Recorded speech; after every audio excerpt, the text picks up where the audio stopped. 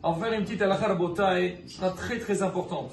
On sait, c'est marqué dans le Pirkei Avot, al shushat varim ha'olam omed. Sur trois choses, le monde y tient. À la Torah, sur l'étude de la Torah, l'homme il doit fixer tous les jours un moment d'étude. À la avoda, c'est les korbanot à l'époque, mais aujourd'hui c'est la tfila. Igminul hasadim, la bienfaisance, c'est-à-dire s'entraider les uns aux autres. On va parler un point sur la tfila. Maintenant, il faut savoir que la tfila, il y a la prière personnelle, c'est-à-dire l'homme, même s'il prie tout seul, il demande à Hachem, Hachem il est à l'écoute. Mais il y a aussi ce qu'on appelle tfila betsibour, c'est prier avec un minyan, avec 10 personnes. Parce qu'on dit, quand il y a 10 personnes à la synagogue, la shechina sharia, la shechina elle vient, et la tfila, elle a beaucoup plus de chances de passer. C'est pour ça qu'il faut veiller tout le temps que être présent dans un minyan, prier avec minyan, et aussi, si jamais on est dans un endroit qu'on a besoin de minyan, faire les efforts nécessaires pour qu'il y ait un minyan. Mais maintenant, Rabotai, dans la tfila betsibour, alors il y a pas mal de règles. Et là, je profite, Rabotai, c'est une halakha que souvent, quand je suis dans un endroit, on me dit, allez, est-ce que vous pouvez dire une petite halakha? Souvent, je profite de dire cette halakha et vous allez voir pourquoi. Alors, on sait que la tfila, comment ça marche? On a un hazan, shaliach tzibur, et on a le tzibur. Ça marche ensemble. Ça veut dire, il ne faut pas dire le hazan, il est en train de faire la tfila, moi, voilà, je dors, je regarde mon portable, ou j'écoute, même écouter un cours de Torah, ou discuter avec mon ami. Ça ne marche pas. Le hazan, lui, il représente tout le kahal, et le kahal, il doit prier en même temps avec lui. Il y a des passages que le hazan, il fait, et le kahal aussi, il fait. Mais il y a des passages, c'est comme ping-pong. Le hazan il fait et le kahal il doit répondre. Et sur ce point-là que je vais parler à Rabotai. Alors on sait par exemple qu'on dit, il dit le nom d'Hachem, on dit Baruch Baruch Shemo. Il a fini la bracha, on doit dire Amen. D'accord, c'est ce qui est marqué. Il y a aussi Moudin Verabana, Moudin Achnolach, le kahal il doit répondre. Mais, alors dans ça, l'halakha dit que le hazan il doit faire très attention, respecter le kahal, et le kahal aussi doit respecter le hazan. Comment? C'est que le hazan quand il prie, il dit Baruch Ata Hashem. Il doit attendre que les gens ils répondent Baruch ou Baruch Shemo. Après, il finit. Donc, la bracha, on répond Amen, on fait la suite. Donc, le hazan ne doit pas aller très très vite. Et le kahal aussi, il faut qu'il soit attentif de répondre pour qu'il y ait une harmonie entre le hazan et le kahal.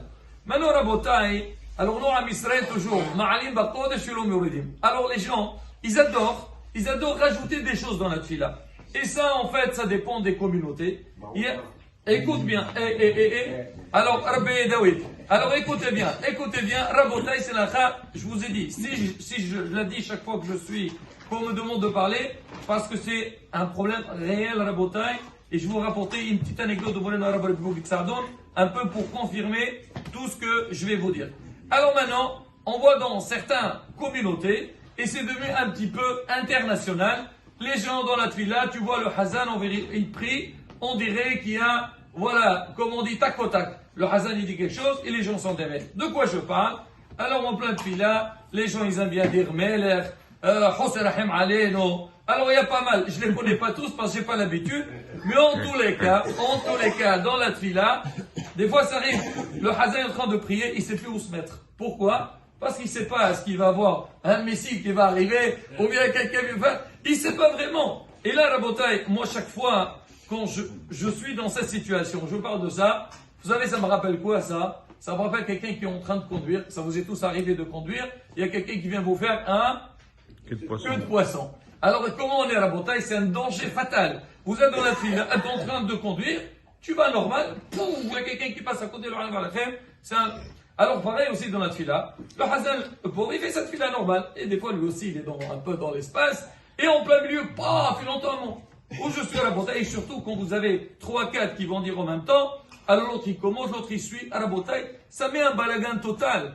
Tous ces mots qu'on dit, ils n'ont aucune obligation. L'obligation elle est Baruch Baruch Shemo, Amen. Nous les Sfaradim on a dit, Moridatam les bracha, et Moudim Manachnolach, les choses qui ont été instaurées. Tout le reste, la bataille, ce sont des choses sans plus. Maintenant il y a des gens, ils te disent, moi j'ai toujours fait, quoi, vous allez me boucher la bouche. Rabotai, tu peux le dire, il faut le dire à voix basse. Parce que des fois, quand les gens ils font ces choses-là à voix haute, ça perturbe énormément, déjà le kahal, et aussi ça perturbe le hazan. Parce que le hazan, quand derrière, il y a des gens qui vont dire certains mots, alors il est perturbé. Et c'est pour ça qu'il faut faire très attention à la bataille, que pendant la tfila, Alors, si jamais on a envie de le dire à voix basse, maintenant je veux citer la halakha de Moulana Rabbi Bougid.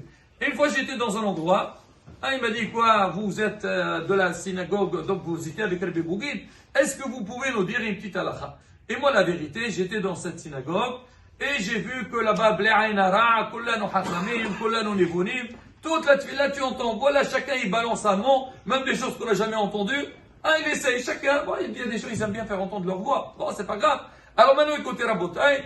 Alors j'ai dit que Rabbi Bougid, Hazvi Shalom, Rabotai, je vise personne. Il ne faut pas croire, mais je vous dis, vous allez. Non, sin halakha, Baruch Hashem. Chaque fois que je dis cette halakha, les gens derrière, ils ont beaucoup apprécié. Ils nous disent, vous avez raison, il faut le faire. C'est pas moi qui le dis. Rabbi Bougid, Zafon Baraka, il disait beaucoup cette halakha. Regardez, quand on est dans la tefila, alors on dit comme ça. On dit, qu'est-ce qu'ils disent les gens? Melech. Alors déjà, il y a des gens qui disent Melech. C'est faux, c'est pas Melech. C'est Melech, Melech. Bon, ça c'est encore un autre cours.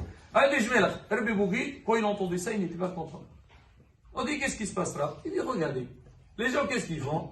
On nous dit, qui est comme toi, qui a beaucoup de force. Qui te ressemble, qu'est-ce qu'ils disent les gens? Melech. Il y a un roi qui te ressemble, Hasbi Shalom. Vous avez compris ou pas? Ça veut dire quand tu dis Melech, comme moi je dis, dis-moi, est-ce que tu connais quelqu'un fort, aussi fort comme ça? Il te dit Trump. Quel rapport? Trump, tu vas dire Hasbi Shalom. Tu vas dire Melech, tu vas dire Melech. Quel rapport? Le rabbi dit, il tenait beaucoup sur ça. Alors j'étais dans cette synagogue, j'ai dit ça, tout le monde, Hazak Baruch. Après, il est venu me voir, je dis, Rab, merci et tout. Il me dit, mais, je dis, alors, ça y est, maintenant vous allez changer. Il me dit, moi je me suis on a pris l'habitude, c'est difficile de changer. Alors, on essaie de dire quoi? La Gemara dit, Miché Achal Shum, celui qui a mangé de l'ail, il a une mauvaise haleine, et il continue à manger de l'ail. Ça y est, arrête-toi là-bas, même si tu as mangé un petit peu. Et là, Rabotai, c'est très important ça. Et même, mais, derrière tout ça, ça ne veut pas dire, il y a des gens qui te disent, c'est comme ça, moi je ne veux plus répondre. Pas du tout. Les choses qu'il faut répondre, il y a des halakhot aussi, on fera ça un jour. Mais les petites choses que les gens, ils ont l'habitude, ou bien s'ils ne disent pas, ils pensent que ça manque quelque chose, on peut le dire à voix basse, comme ça on ne dérange personne.